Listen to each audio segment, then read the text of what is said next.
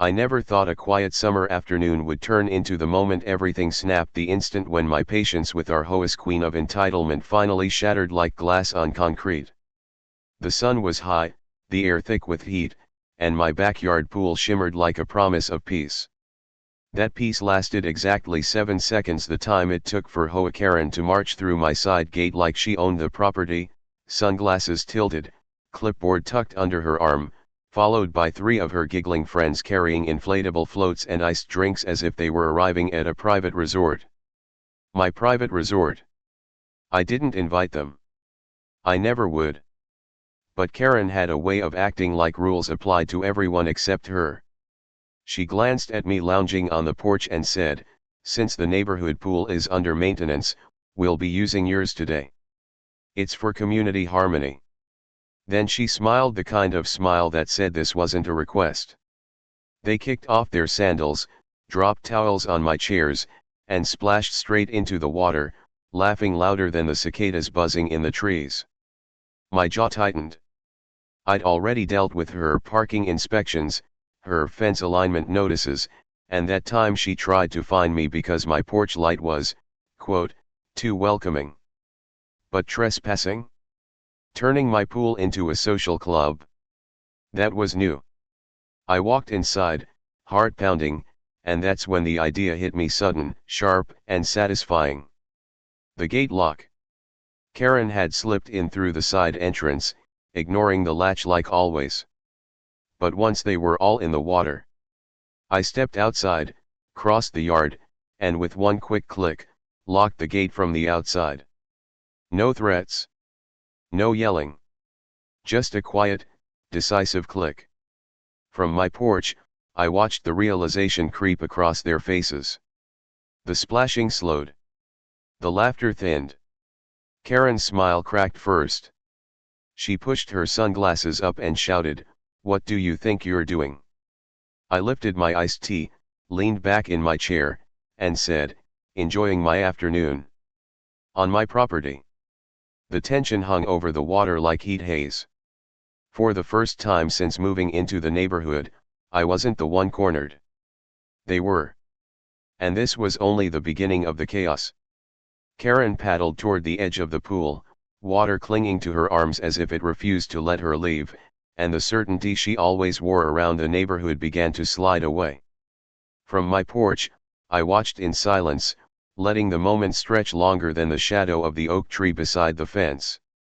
Her friends drifted toward the shallow end, whispering, realizing this wasn't a misunderstanding, this was a line finally drawn. "Unlock the gate," Karen demanded, forcing a smile that trembled around the edges. "You're overreacting. HOA policy allows temporary community use in emergencies." I answered calmly, "Then you should have scheduled a meeting, not a pool party." My words echoed across the water, steady, measured, and frighteningly final. One friend raised her voice, insisting they were guests, but I pointed to the sign I'd installed last summer, "Private property, no trespassing, access by permission only." The letters stared back at them like witnesses. Karen tried another tactic, splashing forward with authority. "Open this gate now, or I'll report you for hostile conduct." Her confidence sounded thinner than the plastic float drifting behind her. I leaned back in my chair, lifted my glass, and replied, "Report whatever you want. But until you acknowledge you're trespassing, this gate stays locked." The yard fell quiet. Cicadas hummed, sprinklers clicked in the distance, and embarrassment flushed across their faces deeper than the afternoon heat. One friend muttered that they should apologize, yet Karen refused, gripping the ladder like pride itself was welded to the metal. Minutes stretched into uneasy territory, and the reality of being trapped inside my pool, not welcomed, not invited, settled over them. I didn't gloat, I simply waited, understanding that silence can be louder than any argument. Finally, Karen inhaled, stiffened, and asked, "What do you want from us?" It wasn't anger anymore, it was something closer to uneasy respect. "Start with accountability," I said. "Then we'll talk about boundaries." The moment hovered like a held breath, and I knew this confrontation was rewriting the rules of our neighborhood power dynamic, one quiet second at a time. In that fragile pause, memories of every letter, warning, and citation she'd taped to my door flickered through my mind, yet I felt no revenge, only clarity. Boundaries mattered, and for the first time she was standing on the wrong side of one. A breeze crossed the yard, carrying the smell of cut grass and chlorine, and with it came the faint recognition in Karen's eyes that this moment would follow her far beyond my fence. She lowered her voice, thanked her friends for staying calm, and admitted she might have overstepped. It wasn't an apology yet, but it was movement in the right direction. Karen's friends started to murmur among themselves, glancing nervously at the gate, the water, and then back at her. The awkwardness was tangible, curling in the sunlight like smoke from a faint fire. One of them nudged Karen, whispering, "Maybe we should just go," but Karen shook her head, brushing off the suggestion with a wave that had no authority behind it anymore. I sipped my iced tea slowly, letting them stew. Every second they hesitated, the realization sank in further, this wasn't just a petty inconvenience. They had no control here. The water that had been a source of joy for them moments ago was now a symbol of their limits. And I had the power to define them. Karen took a deep breath, glaring at me like she could will me into unlocking the gate. "Fine," she said, voice tight. "We'll play by your rules. But this is ridiculous." I didn't respond. Instead, I leaned back, letting the sun catch the rim of my glass, reflecting a glint that felt almost surgical in its clarity.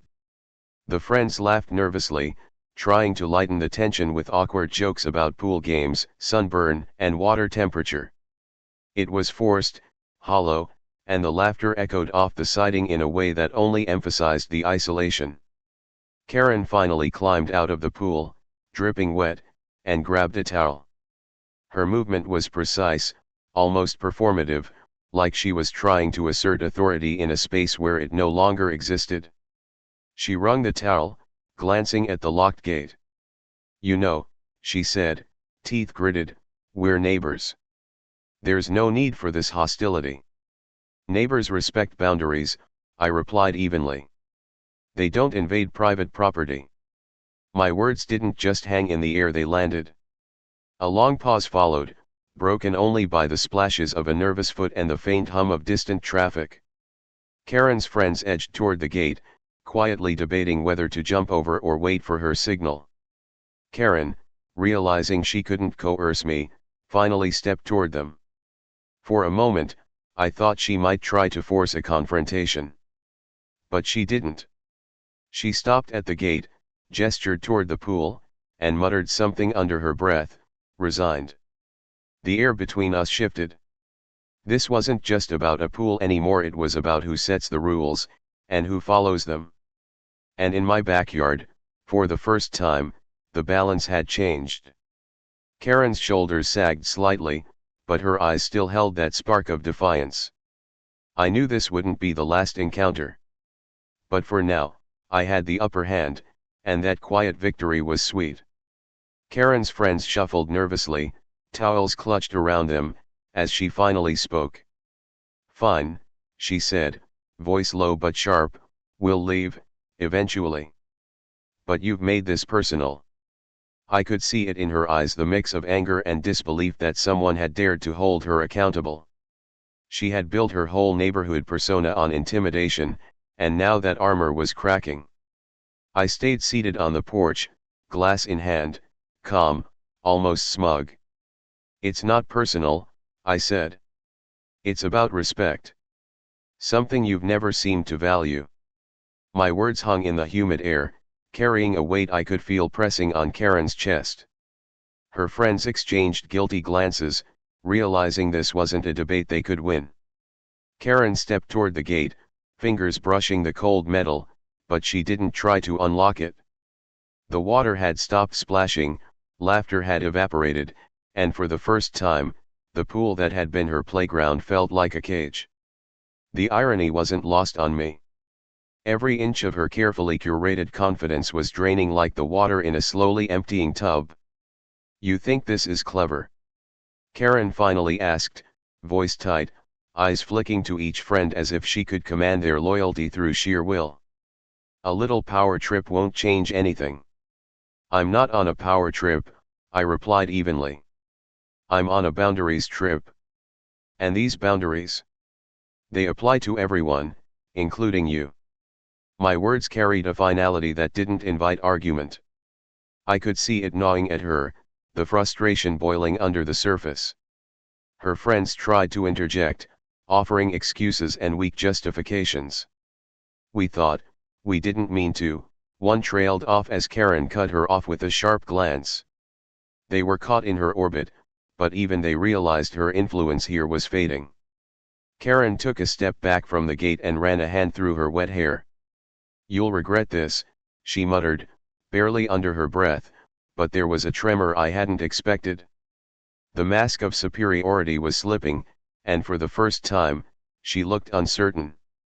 I leaned back, letting the sun hit my face, sipping the last of my drink. The air was thick with tension and the faint scent of chlorine. This was my backyard. My rules. My pool. And for the first time, the person who had terrorized the neighborhood for years was standing on the wrong side of a locked gate. I didn't need to say anything else. The silence spoke volumes, louder than any argument or warning she could muster. And in that moment, I knew the balance had shifted. The tension lingered over the pool like a thick, humid fog. Karen's friends whispered nervously, glancing between her and me, unsure whether to protest or just quietly leave. The water that had been a source of joy just minutes ago now reflected the discomfort and frustration radiating from the group. I stayed on the porch, calm, observing every movement, every hesitation. Karen's face was a study in fury and disbelief. She had built her entire reputation around control, intimidation, and a sense of untouchable authority, yet here she was powerless, trapped in someone else's backyard, with the locked gate standing between her and freedom. I could see her calculating her options, but none seemed viable. Finally, she spoke, voice low and restrained, like she was trying to regain composure. "You think this is over, don't you?" Her words were sharp, but the edge had dulled. "You think a locked gate changes anything? People like you, they don't win in the end." I raised an eyebrow, savoring the moment. "Maybe not everyone," I said. "But today, boundaries matter. And right now, you're learning that the hard way." My calm tone contrasted sharply with the storm of frustration swirling behind her sunglasses.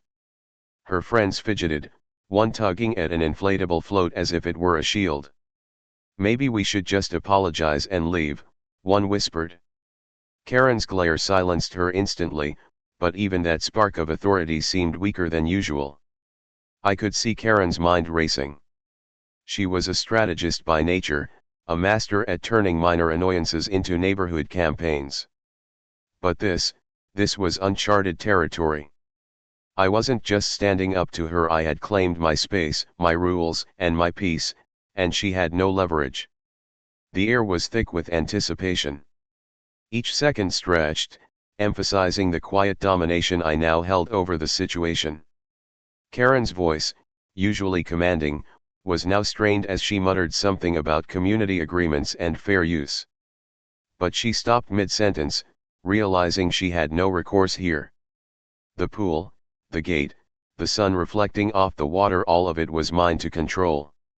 The friends exchanged uneasy glances, a silent agreement forming. This confrontation wasn't about fun anymore.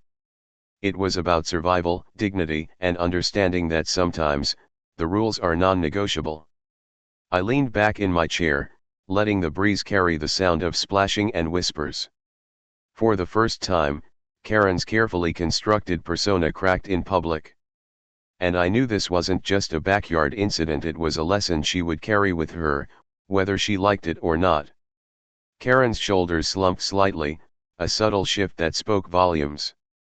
Her friends tried to keep the conversation light, joking about the sun and the water, but the laughter was brittle, forced, as though it could shatter at any moment. They had realized that the power dynamics had shifted, and no joke could restore the confidence Karen once wielded effortlessly. I stayed on the porch, observing them with quiet satisfaction. My gaze traced each movement: the nervous kicks in the water, the glances at the locked gate, the way Karen's eyes darted for an escape route. It was mesmerizing to see someone so accustomed to control reduced to improvisation, weighing every possible move and realizing none offered certainty. Karen finally climbed out of the pool, dripping, and stood at the water's edge. "We're not leaving," she said, voice tight, but the firmness had diminished. "You can't keep us here forever." Her words weren't threatening anymore, they were more like a question, a challenge framed by desperation. "Forever?" I asked, raising a hand toward the locked gate. "No. Just until boundaries are respected. Until trespassing stops being convenient for you." My tone was steady, calm, like the sun reflecting off the pool. There was no fear in my voice, no uncertainty. Just facts, and the law of my backyard. One of Karen's friends splashed nervously, trying to lighten the mood.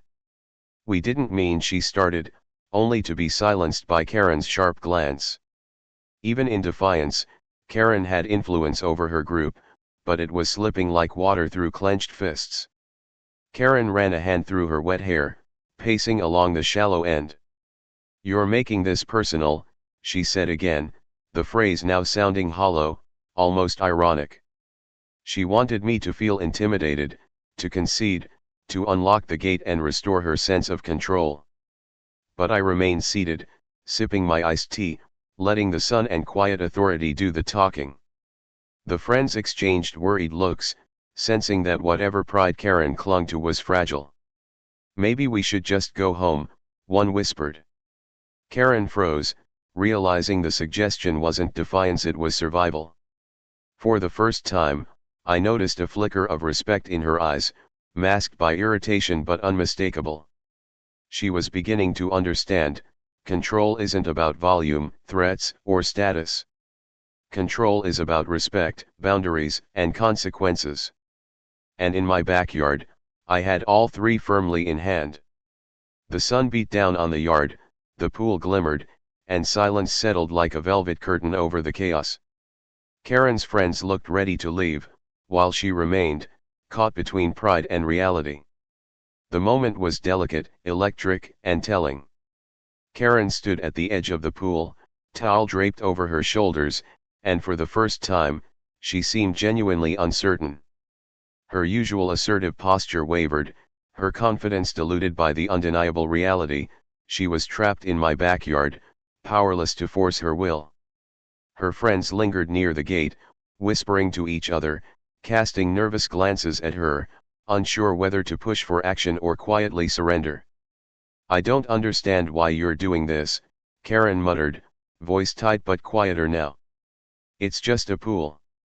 Just a moment of fun. What's the big deal?" I leaned back in my chair, letting the sunlight glint off my iced tea. "It's not about the pool," I said evenly. "It's about respect. Boundaries. Knowing when you've crossed a line." My calmness was deliberate, a counterpoint to the tension radiating from her soaked figure. Her friends tried to murmur apologies, but Karen cut them off. "Don't talk," she snapped, her tone sharp but unconvincing. She was trying to reclaim authority, but it was slipping like water through her fingers. Every gesture now felt reactive rather than commanding. I watched as she stepped closer to the gate, her fingers brushing the metal, testing, weighing. "You think this makes you the hero," she said. "That locking a gate proves anything?" "It proves I don't tolerate disrespect," I replied, voice steady. "It proves actions have consequences." There was no malice, only quiet authority.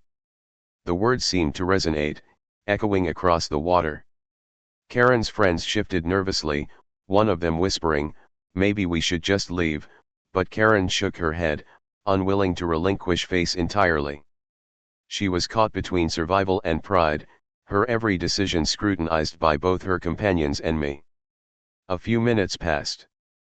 The air was thick with anticipation, the scent of chlorine and sun-baked grass mingling in the summer heat. Karen's voice softened slightly, almost reluctantly. I see your point, she said. The words were hesitant, but they carried the first trace of recognition that her actions were unacceptable. Her friends exhaled, tension releasing like a balloon slowly deflating. Karen's stance relaxed fractionally, and I could see the beginnings of calculation, how to navigate this defeat without losing dignity entirely. For the first time that afternoon, the power balance shifted perceptibly. It wasn't absolute yet, but Karen was no longer in control. She had to consider consequences, respect, and rules, the very concepts she had long ignored. From my porch, I watched, savoring the quiet authority of the moment. I had claimed my space, enforced my rules, and for now, the chaos of entitlement had been contained. But I knew, just like Karen did, that the lessons learned today would ripple far beyond this backyard. Karen's shoulders sagged slightly, the stubborn edge of her personality softening under the weight of reality.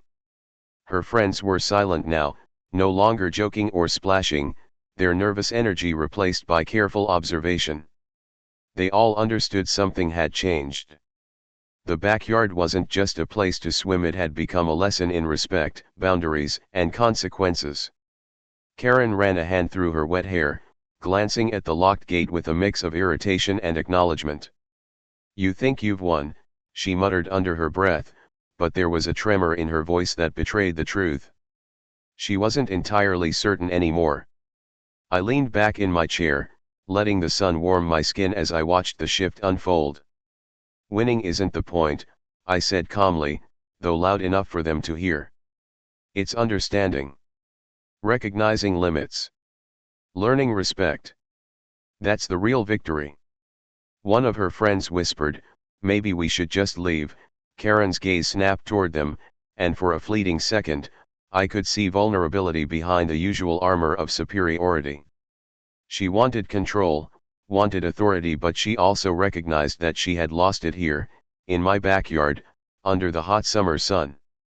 Karen finally sighed, a deep exhale that carried frustration, embarrassment, and reluctant comprehension all at once. "Fine," she said, voice quieter this time. "We'll follow your rules, for now." Her words weren't a complete surrender, but they were an acknowledgement that I had drawn a line that could not be crossed. I smiled faintly, lifting my iced tea in a small, understated gesture. "Thank you," I said. "That's all I'm asking. Respect my space. Treat others the way you want to be treated." The pool, once a scene of chaos and entitlement, had become a mirror reflecting their behavior. For several minutes, silence settled over the backyard. The water rippled gently in the breeze, reflecting sunlight like tiny mirrors. Karen's friends quietly gathered their belongings, murmuring half-hearted apologies. Karen remained near the gate, surveying the yard, her mind clearly calculating the next step, weighing pride against practicality. Finally, she turned to her friends, signaling that it was time to leave.